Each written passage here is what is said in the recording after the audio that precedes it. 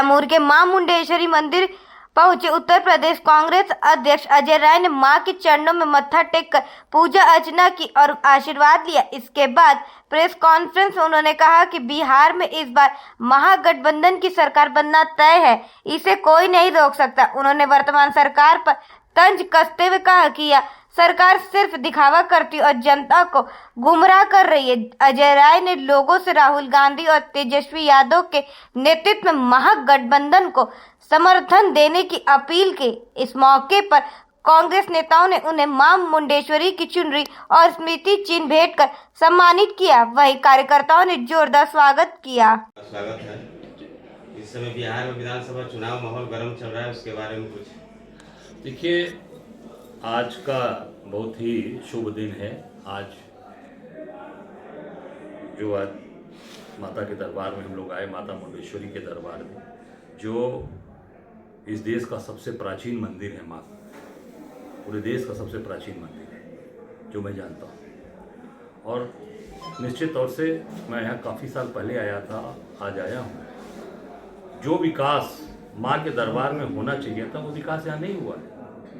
न यहाँ आप देखिए, न रोपवे की व्यवस्था है, न सड़क चौड़ी है, न कोई व्यवस्था नहीं। गाड़ी कई जगह रास्ते में फंस गई हम लोगों की पूरी तरीके से। तो मैं समझता हूँ कि ये आज जो ये सरकार चल रही है, ये केवल दिखाने की सरकार है और लोगों को ठगने की सरकार है, बेवकूफ़ बनाने की सरकार है।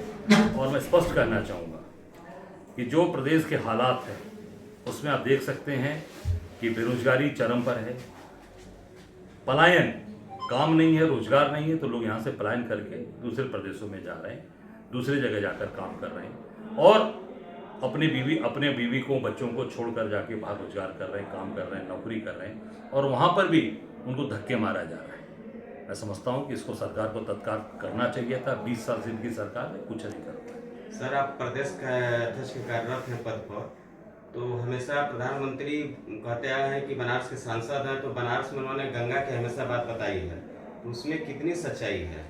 नहीं, आप देख सकते गंगा जी के अंदर आज भी 18 नाली गिर रहे हैं, आज भी 18 नाली गिर रहे हैं। आप सब लोग भी बॉर्डर के हैं और उस बॉर्डर से आप देख सकते हैं जाएंगे। अभी आप छठ पूजा में बिहार के लोग तमाम लोग जाते हैं, ये पूरा कैमूर, भभुआ, ये सभी लोग जाते हैं वहाँ जाके और जाके पूजा करते हैं। 18 नाले आज भी गंगा जी में गिर रहे हैं। एक 80 नदी जो हमारे यहाँ की रही, उस 80 नदी को भी नाली के रूप में तब्दील कर दिया इस सरकार ने, पूरा उसको ढक दिया आगे से 80 के पास में। आप कभी जाएंगे आप देख सकते हैं। और मैं निश्चित तौर से कहूँगा केवल बनारस के साथ छल किया गया है और कोई रोजगार नहीं, काम नहीं। गंगा मैया को केवल गंगा मैया के पुत्र बन के आए और गंगा मैया के नाम पे झूठ बोला और वहाँ की जनता को। तो सुनने में भी आता है कि बनारस में जो है कार्य हुआ है उसमें लोगों को कितना फायदा है? सुनने में आता है कि गुजरातियों को बहुत ज़्यादा फायदा है इसमें। आप देखिए, जितना काम है सब सारा काम गुजरात ने किया है। रोपवे का काम, बनारस को रोपवे नहीं चाहिए, बनारस को मेट्रो चाहिए था, शहर के बाहर मेट्रो दे दिया। गुजरात के लोग काम कर रहे हैं। गंगा जी के किनारे जितने भी घाट बनाए गए, चाहे नमो घाट हो, चाहे सब गुजरात के लोगों ने बनाया। बाबा विश्वनाथ के दरबार में पुराने पौराणिक मंदिरों को तोड़ दिया इन लोगों ने। शनि भगवान का मंदिर तोड़ दिया गया। अक्षय वट वृक्ष जो हिंदुस्तान में 3 जगह का इतिहास है, एक बोध गया जहाँ गौतम बुद्ध को ज्ञान प्राप्त हुआ, दूसरा काशी विश्वनाथ के दरबार में, तीसरा प्रयागराज में संगम पे बनारस का वट वृक्ष काट दिया गया। मोदी के रहते बनारस का अक्षय वट वृक्ष काट दिया गया, पता नहीं कहाँ है। और बनारस के अंदर सारे मंदिरों को, बाबा के दरबार, बाबा की कचहरी थी, बाबा के गुरु अमुक्तेश्वर महादेव, उनकी मूर्ति हटा दी गई, लक्ष्मी नारायण जी का मंदिर हटा दिया गया। ये धर्म की बात करने वाले लोग बनारस को पूरी तरीके से इन्होंने तबाह कर दिया। बनारस में कोई रोजगार नहीं, काम नहीं। आज वहाँ रोज घर तोड़े जा रहे हैं, रोज मकान तोड़े जा रहे हैं। कभी मोहम्मद शाहिद ओलंपियन का मकान तोड़ा जाता है, कभी दाल मंडी को तोड़ा जा रहा है। केवल और केवल ये सरकार अपनी पीठ थपथपा रही है और विकास के नाम पर बनारस को बर्बाद कर रही है। मोदी जी हर अपने प्रोग्राम में कहते हैं कि हम हैं तो धर्म है, हम नहीं हैं तो धर्म नहीं है। नहीं, आप ये बताइए, माँ मुंडेश्वरी का दरबार है, जिस दरबार में हम आए, ये दरबार आदि अनादि काल का है, आज का नहीं है, आदि अनादि काल का है, सबसे पुराना मंदिर। आप क्या ये मोदी जी आए हैं तब यहाँ पे हम दर्शन करने आ रहे हैं? बाबा विश्वनाथ के दरबार में हम दर्शन तब करने जा रहे हैं जब मोदी जी आ रहे हैं। अरे मोदी जी की जब पैदाइश नहीं है तब से धर्म कर्म चल रहा है देश में। ये देश सनातनियों का देश, ये धार्मिक देश। अभी मैं आ रहा था बनारस से, पूरा गंगा जी के किनारे लोग आज कार्तिक पूर्णिमा का स्नान कर रहे हैं। ये कार्तिक पूर्णिमा का स्नान, आज कार्तिक पूर्णिमा की मैं शुभकामनाएं देता हूँ। आज देव दीपावली है, आज ना अनादिकाल से चला आ रहा है और अनादिकाल तक चलता रहेगा।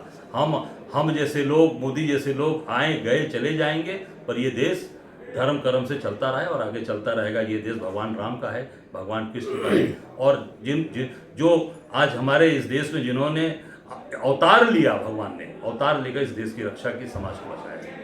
बिहार विधानसभा चुनाव को लेकर क्या कहिएगा? नहीं, बिहार विधानसभा को चुनाव को लेकर मैं कहना चाहूँगा कि मैं अभी काफ़ी दिनों से बक्सर में था, क्योंकि मैं बक्सर का AICC ऑब्जर्वर हूँ और वहाँ पे पूरी तरीके से हम लोगों ने काम किया। तो बिहार पूरी तरीके से बदलाव की मूड में है, परिवर्तन की मूड में, क्योंकि बहुत दिन हो गया एक चीज़ को केवल और केवल बड़ी बड़ी बात करते हुए लोग उसको पूरी तरीके से बदलना चाहते हैं। तो मुझे लगता है कि इस बार बिहार बदलेगा। और बिहार के अंदर मैंने बहुत पास से देखा, इन्होंने कहा कि शराबबंदी कर देंगे तो बिहार सुधर जाएगा, बिहार के अंदर परिवर्तन आ जाएगा शराबबंदी से और पूरे बिहार की स्थिति बदल जाएगी। मैं एक गांव में है वहाँ पर बिहार बक्सर का, वहाँ मैं चुनाव प्रचार के दौरान गया। वहाँ पर वहाँ की महिलाओं ने मुझे रोक लिया और रोक कर मेरी गाड़ी, ये पूरी तरीके से आप देखिए, सीमा नाम की महिला, दलित बस्ती में,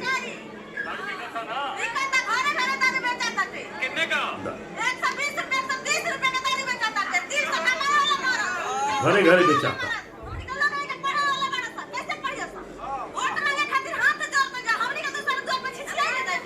इस बार आपका चुनाव में मुद्दा क्या रहेगा?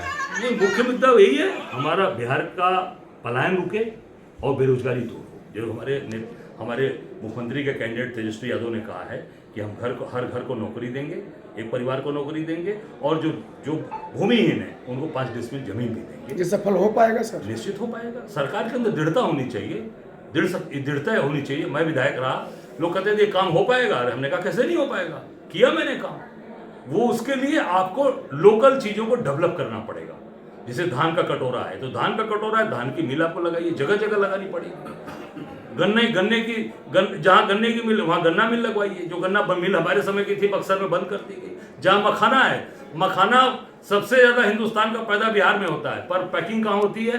बम्बई में, दिल्ली में, नोएडा में, गाजियाबाद में, गुजरात में। अरे अब पैकिंग मशीन पूरे तरीके से वहाँ प्रोसेसिंग प्लांट लगाओ ना दरभंगा में, अब जहाँ पे वो पैदाइश होती है। देखिए सारा का सारा वहीं रोजगार मिलेगा लोगों को, वहीं प्रोसेसिंग प्लांट लग जाए, वहीं उसको सफाई करने पैकिंग करने के प्लांट लग जाए।